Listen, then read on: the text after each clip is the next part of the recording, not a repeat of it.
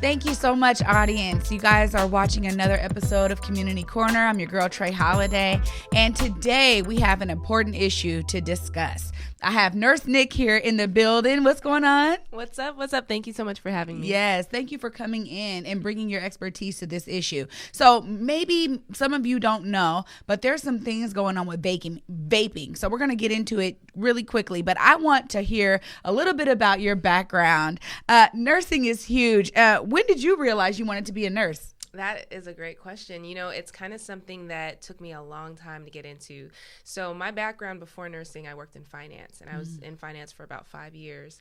And then I wasn't fulfilled. I didn't feel passionate about it. Like, I loved the people that I worked with, but the actual work itself, I didn't like. So I took some classes. And then while I was taking some classes, I talked to my family members about it because, you know, some of the people in my family have hypertension, you know, high blood pressure, cancer, you know, and I wanted to understand the disease process more. And so by taking some classes and being more affiliated with, you know, what those disease processes were, then I could explain to them like what's going on with them and kind of help them understand a little bit better. And then so then when I did the prerequisites, I applied. I only applied to one school, and I told myself, like, if I don't get in, then maybe God doesn't want me to be a nurse. But I got in. Whoa. I got into Pacific Lutheran University. Nice. Went there for 4 years, bachelor's degree, bachelor's of science in nursing. And that's how I became a nurse. Amazing. And, you know, I've heard a lot of different nurse stories. I had to ask you that because I know people who have applied to multiple schools and just don't get in year after year. So that's a real, it was designed for you to be a nurse. And so, you know, the field is really large. What style of nursing, what area of nursing do you practice?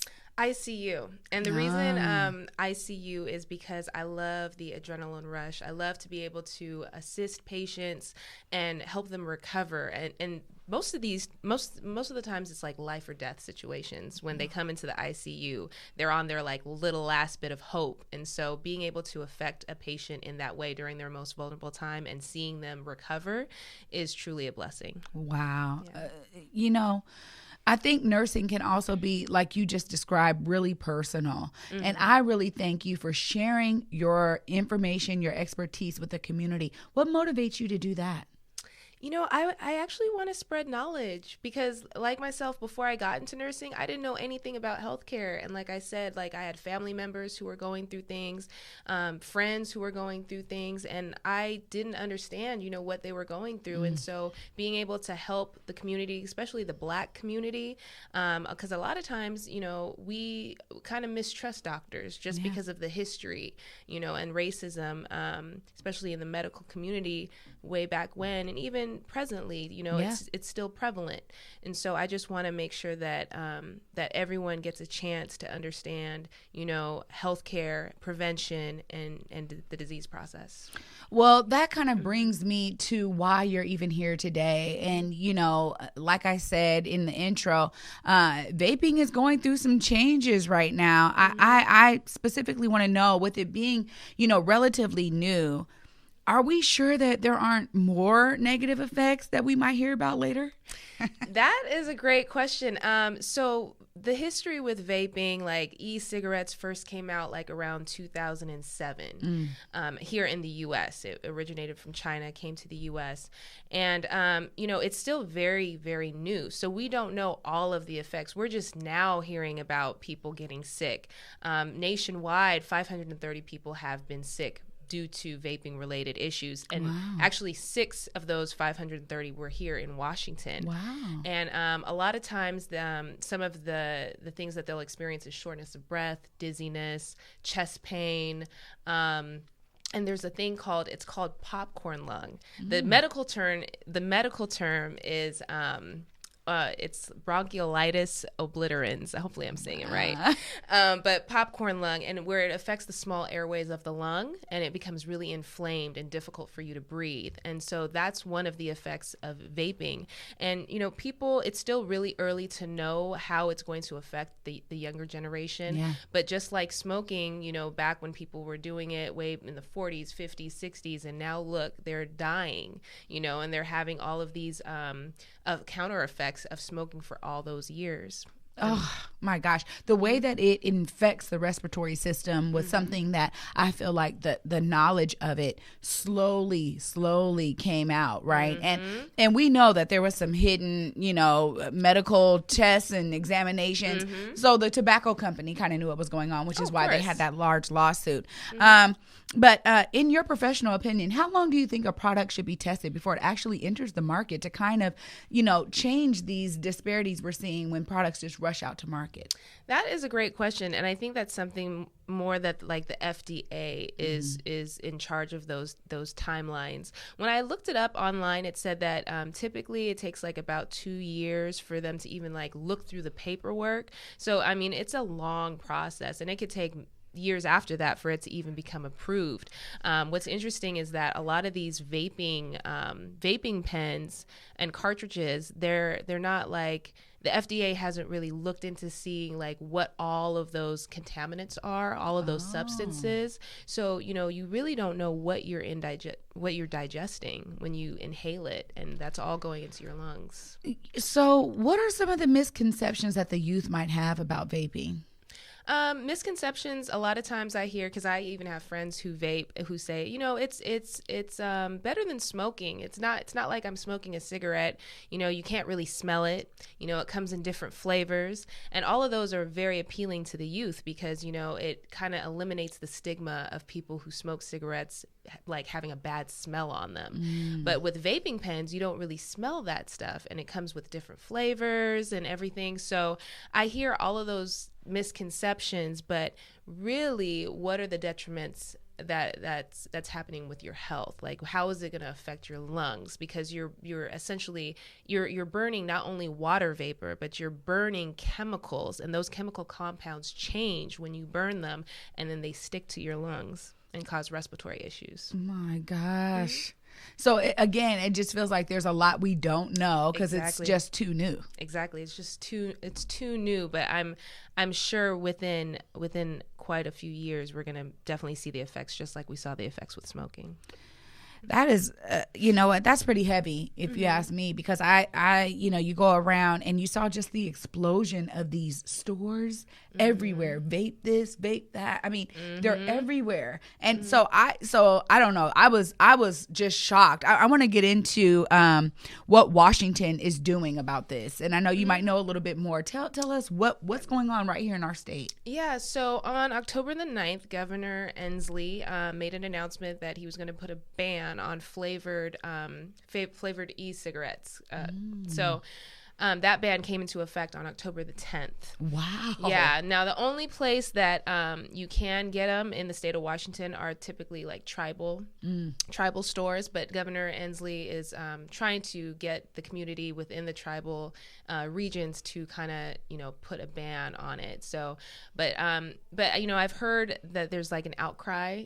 People's rights are being affected because people are saying, why can't I have the right to do this? I know what it does to my body, but why can't I have the right to do it? And so there's a lot of, pros and cons and people, weighing in on this. But that's the ban right now. And it's supposed to last for about 4 months, 120 days with the option to renew.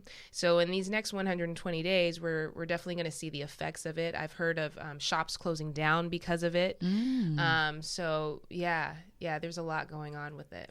So it sounds to me like there's a lot of similarities with you were just talking about the chemicals that are being inhaled, right? What are some of the similarities between what we know as traditional cigarettes and these e-cigarettes? Yeah, that's a great question. So regular traditional cigarettes have over like 7,000 different chemicals in them itself, and they're all like poisonous. With the actual e-cigarettes, they say it's supposed to be healthier, quote unquote, because there's not as many of those chemicals, but you're still going to get lead, you're still going to get copper, you're still going to get all of these combustible carcinogens when you burn those chemicals within that cartridge. So you're still going to get bad chemicals in your lungs, regardless if it's fewer than 7,000 of the chemicals that a regular cigarette has, but you're still getting, bad stuff in your lungs.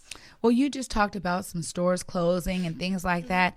How effective do you actually see this ban that Governor Inslee has put on the state? How effective do you see it being? Honestly, I don't see it being too effective, just because like people are still going to get it. You know, they're still going to order it either online, or they're still going to get it from the tribal shops, you know.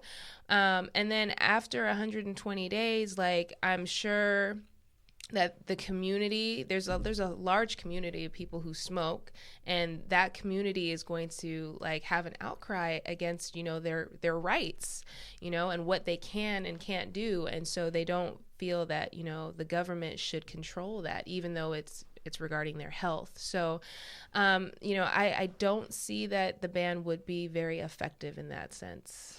Well, I also wonder, do you, maybe you don't know, but maybe you do in your research, is this a progressive measure for Washington State? This stands for us to put this ban on it, or are other states also complying in this way? Other states are also, and even other countries. So other states that are complying, I heard of is Boston, Massachusetts, is complying with it, and then I also heard like Israel put a ban on it. Yeah, India put a ban on it. So there's other countries involved as well too, which is quite interesting. So it's a global effect that more and more people are learning and understanding that the effects of vaping is going to be detrimental to your health. And people may not see that right now because, you know, they are enjoying, you know, being able to smoke, but in years to come, it's going to be just like smoking, and you're going to see more and more people having respiratory issues because of it.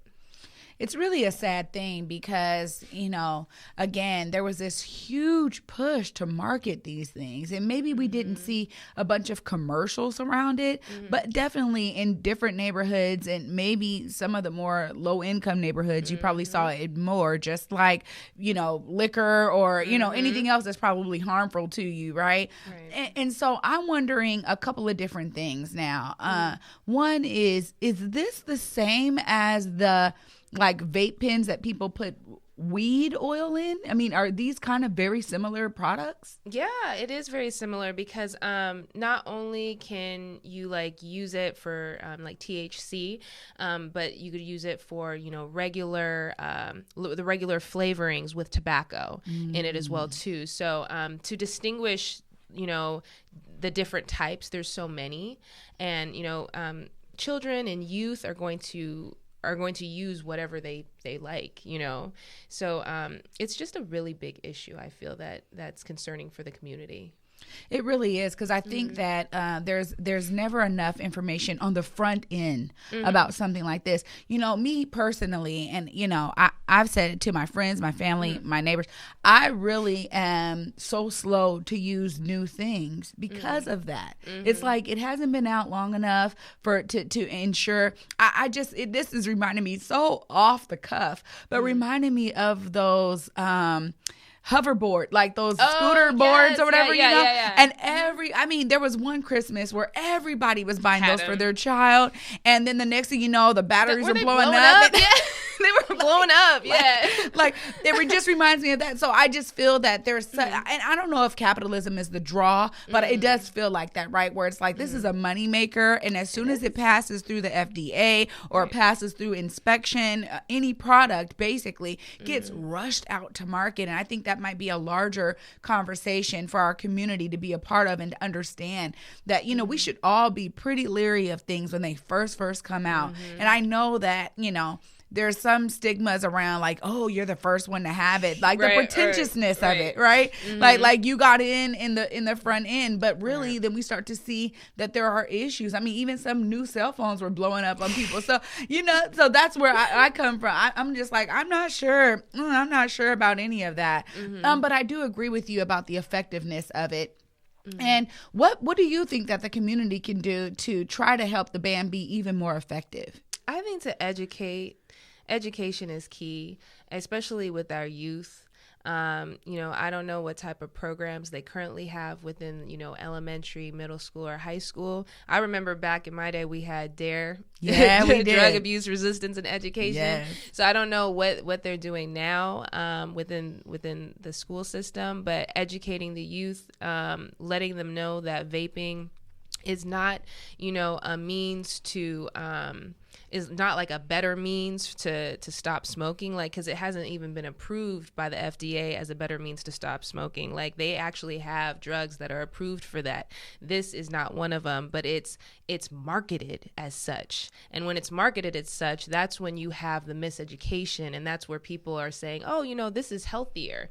No, it really isn't. It really, just because it may not have as many chemicals as a regular cigarette does not mean that it's healthier. You're still putting chemicals inside your lungs that aren't supposed to be there. That's going to be damaging, and you're going to see the effects, maybe not today, maybe not tomorrow, but you'll definitely see the effects in years to come. And you don't want to be that person who looks back and says, oh, I remember when, why didn't I stop? Why didn't I quit? Why didn't I really, educate myself and find out, what is it that I'm putting and ingesting into my system? And that many times working in the ICU, I hear of patients that have smoked for so many years and have lung issues now. They regret that they ever picked up their first cigarette because they're in so much pain, and they know that their life is limited. My goodness. Mm-hmm. It's really sad because there was some pretty effective commercials out about the lung cancer, all of the negative effects of smoking. And I wonder if that same, it is a new product, but I'm just sitting here wondering if that same kind of tactic needs to be done, that drastic measure of like showing the worst case scenarios, because that's what opened my eyes. The ladies in there with the thing, and and you're like, oh my gosh, she got no throat, she got no, she got a hole right she here. Can't talk. Yeah, she has to use the little thing, or people have to. I don't even know what the name of the thing, machine. Yeah, the machine to talk. But it's like that was. That's eye opening. And even when they did the ones on drugs and like, this is your brain on drugs with the cracked egg and all that. It's like really distorting imagery, but that is what is. It has that shock value to kind of resonate the message with people. So you're saying really that vaping, is it just as addictive as regular smoking? Absolutely. 100%. Yeah. I know people who vape. They've never smoked a cigarette in their life, but they vape and they can't stop. Like it's a form of habit. They like the taste of it. They like, the rush that they feel, with some of these products. And so yeah, it's a habit that is very hard to quit, or can be hard to quit for some people.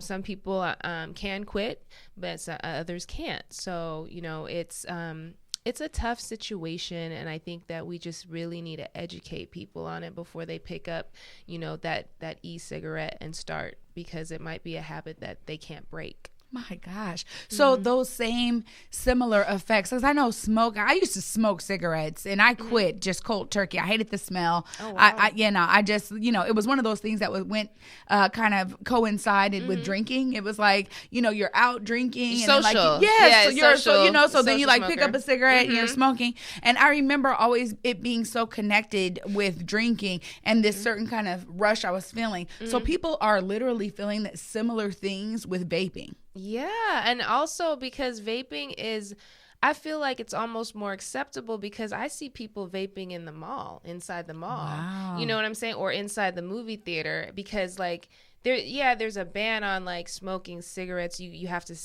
stand so many feet away from a store or building, but like with vaping, I feel like more people are accepting of it because you can't really smell it some of the times, so it's a little bit different. But I've seen it all. I've seen people smoke in the movie theater. I've seen them smoke in the mall, outside. Just because they have their little vape pen. Right. They just got the little vape pen. They, take a little puff, and then, and you can't really smell it. So. Wow. So one of the other kind of larger misconceptions for me, and I'm wondering if this may come out later down the line, but people know they shouldn't be smoking around their kids because of that secondhand smoke. Do you think that's even in people's consciousness about vaping? I think they think it's a healthier option, and so it's not in their consciousness, And if it is, and they still do it, then that's a personal decision that they choose to make in their home. But it secondhand smoke is still something that affects another person's health if they're in the vicinity and they inhale that because, you know, it's not oxygen that they're inhaling. They're inhaling the chemicals, you know, and everything else that's in that cartridge. So yeah, it's a sticky situation because you don't want to impede on someone's rights, you know, as an American citizen. But then again, you want to just spread awareness and educate people like this is not healthy. Yeah. My last question here, because I feel like there's this hookah culture, right? That we know. It's like everywhere, you know, I was in Atlanta and there's just so many hookah bars. It's like it's like the thing to do. You go with your crew and you're out partying, whatever, but you know, oh, we're stopping here. We're just going to start at the hookah, right? Right. So how similar is hookah to vaping to cigarettes? You're still putting stuff in your lungs. I can definitely say I have gone to a hookah spot before. So, you know, and you do put things in your lungs that aren't supposed to be there.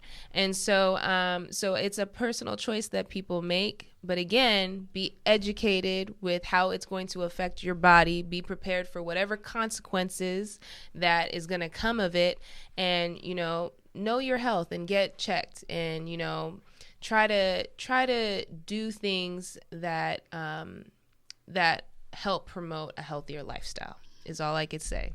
Well, it sounds like we need to put all the devices down, just breathe regular oxygen. It's what our lungs need. It's what our bodies need. Is there anything you feel like we haven't touched on today that the community really needs to hear? I think that we actually touched on everything. Good. So Good. Thank you so much. Well, thank you so much for coming on to Community Corner. Community, I do hope you take this message seriously and do the research for yourself. Look into the effects that you may be inhaling or exhaling around youth, your children, or other family members. And please thank Nurse Nick for her time and her expertise. Thank you so much. Thank you. Yeah. Thank you.